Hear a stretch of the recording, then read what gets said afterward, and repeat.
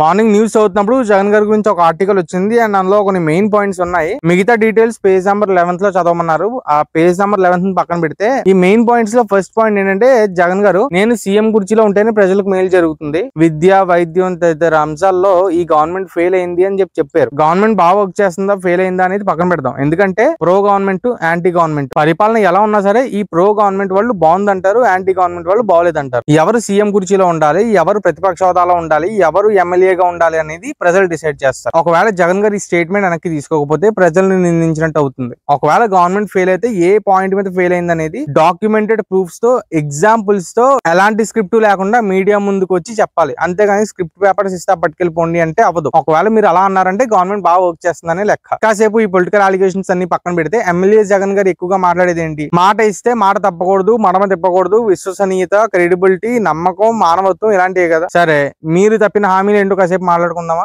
రాజన్న బడిబాట, వైఎస్ఆర్ రైతు దినోత్సవం, వైఎస్ఆర్ పెన్షన్ కానుక, సన్న బియ్యం పంపిణీ, వైఎస్ఆర్ కంటి వెలుగు, ఇవి చేశారా నిజంగా? సన్న బియ్యం ఇవ్వమని అడిగితే మీ కేబినెట్ మినిస్టర్ మీ బూతులు మాట్లాడారు. ఒక కేబినెట్ మినిస్టర్ అలా మాట్లాడితే క్వశ్చన్ చేయని పద్ధతిలో మీ గవర్నమెంట్ ఉంది. ఇంకొంచెం ముందుకెళ్తే మీ పాదయాత్రలో అగ్రికల్చర్ బాధ్యత నాది అన్నారు. దిగిపోయేటప్పుడు టీడీపీ గవర్నమెంట్ రిలీజ్ చేసిన 224 కోట్లు కాకుండా మీ గవర్నమెంట్ లో ఒక్క పైసా కూడా రిలీజ్ చేయలేదు అగ్రికల్చర్ బాధ్యతల కోసం. జస్ట్ లైక్ అప్పట్లో రిలీజ్ చేసిన ఈ డిఎస్సీ లా గవర్నమెంట్ స్కూల్స్ గురించి నాడు నేడు అన్నారు. ఈ రోజు ఎడ్యుకేషన్ మినిస్టర్ లోకేష్ సడన్ పర్యటనలు చేస్తుంటే అక్కడ ఉన్న కుర్చీలు కానీ బెంచ్లు కానీ ఇవన్నీ మా హయాంలో వచ్చిందని మీరు ప్రమోట్ చేసుకుంటున్నారు. బానే ఉంది, మంచిదే.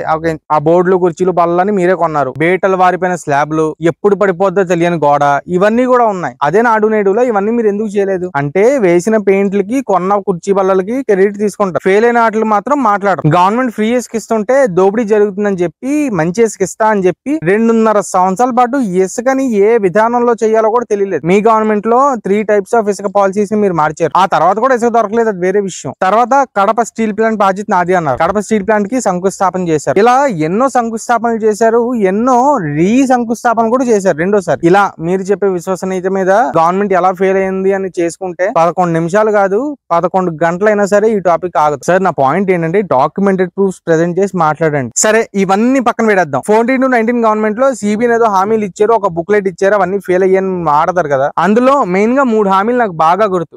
ఎండాకాలంలో మజ్జిగ చలివేంద్రం, ఆ తర్వాత ఆడపిల్లలకి సైకిల్స్, అన్నా క్యాంటీన్లు. ఈ 3 కూడా అప్పటి గవర్నమెంట్ స్టార్ట్ చేసింది, కంటిన్యూ చేస్తుంది. మీ గవర్నమెంట్ వచ్చాక ఈ మూడిట్లో పెద్దగా దోపిడీ జరిగేది లేకపోతే గవర్నమెంట్ కి హెవీ బర్డెన్ అయ్యేది ఏమున్నాయి? పేదల పెనిది అంటారు కదా. మండు టెండలో మజ్జిగ తాగితే ఎంత సుఖంగా ఉంటుందో తెలుసా పేదవాడికి. చాలా మందికి సైకిల్ అనేది డ్రీమ్. ఆ సైకిల్ మీద ఆడపిల్లలు వెళ్తుంటే ఎంత సేఫ్ గా ఫీల్ అవుతారో తెలుసా. ఎప్పుడైనా సడన్ గా ఆకలేస్తే కొన్ని హోటల్స్ ఉండవు, డబ్బులు ఉన్నాయా లేదా వేరే విషయం. అన్నా క్యాంటీన్ లాంటి సబ్సిడైజ్డ్ మీల్స్ తింటే ఎంత ప్రశాంతంగా ఉంటుందో తెలుసా. ఇవే కాదు, అప్పటి గవర్నమెంట్ లో ఆడపిల్లలకి శానిటరీ ప్యాడ్స్ కూడా ఇచ్చేవాళ్ళు. అది 10 మందికి ఇచ్చారా, 100 మందికి ఇచ్చారా, 1000 మందికి ఇచ్చారా, 1,00,000 మందికి ఇచ్చారా, ఈ కౌంట్ పక్కన పెడితే ఇచ్చేవాళ్ళు. ఒక పైలట్ ప్రాజెక్ట్ కింద కొన్ని ఏరియాస్ లో, మెయిన్ గా ట్రైబల్ ఏరియాస్ లో ఇచ్చేవాళ్ళు. అలాంటివి ఎప్పుడైనా మీరు చేశారా? ఆల్రెడీ ఉన్నవి ఆపేసిన మీరు మిగతా రాజకీయ నాయకులని మీరు ఎన్ని అమలు చేశారు, ఎన్నిట్లో ఫెయిల్ అయ్యారు? మీరు పథకాలు లేట్ గా స్టార్ట్ చేశారు, ముందు స్టార్ట్ చేశారు, ఎక్కువ ఇచ్చారు, తక్కువ ఇచ్చారు అని మాట్లాడే అర్హత, నైతికత లేదు. సో ఈ వీడియో పైన మీ ఒపీనియన్ ఏంటో కామెంట్ చేయండి.